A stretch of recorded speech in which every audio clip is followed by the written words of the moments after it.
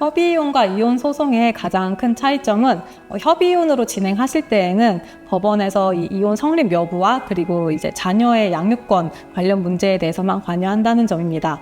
그래서 협의이혼도 사실은 당사자분들이 법원에 이제 방문을 하셔야 하기 때문에 법원에서 많은 문제들을 다 관여를 해주신다고 착각을 하는데, 사실은 이 두 가지만 관여를 해주시기 때문에 이혼 소송과는 큰 차이가 있다고 할 수 있습니다. 이런 특징 때문에 협의이혼이 많이 실패하시는 경우도 있는데요. 그 이유는 이혼 의사가 가장 문제가 되기 때문입니다.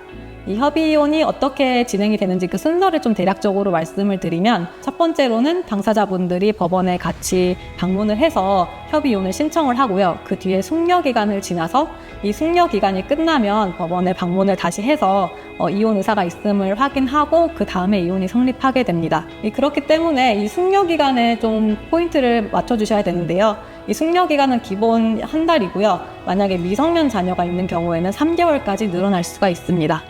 정리하면은 협의 이혼과 재판 이혼의 가장 큰 차이는 제3자의 개입 여부하고 개입 정도라고 생각을 해요. 협의 이혼 같은 경우에는 법원이 관여하는 거는 딱 이혼 의사가 일치하는지, 그리고 친권 및 양육권에 대한 협의가 있는지까지만 확인을 하고요. 이런 합의점을 도출하는 과정, 그리고 이혼을 신청하는 거, 숙려기간을 거쳐서 다시 확인을 받는 거, 이거는 모두 다 당사자분들이 알아서 하셔야 되는 거예요.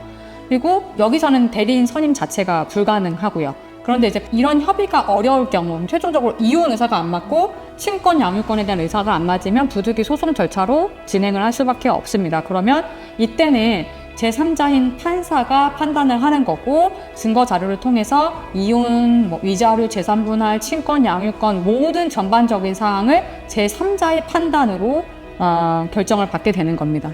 개입 정도로 봤을 때 이 중간적인 성격인 조정 이혼이 있습니다. 제3자인 판사가 개입은 하나 옳고 그름을 판단하지 않아요.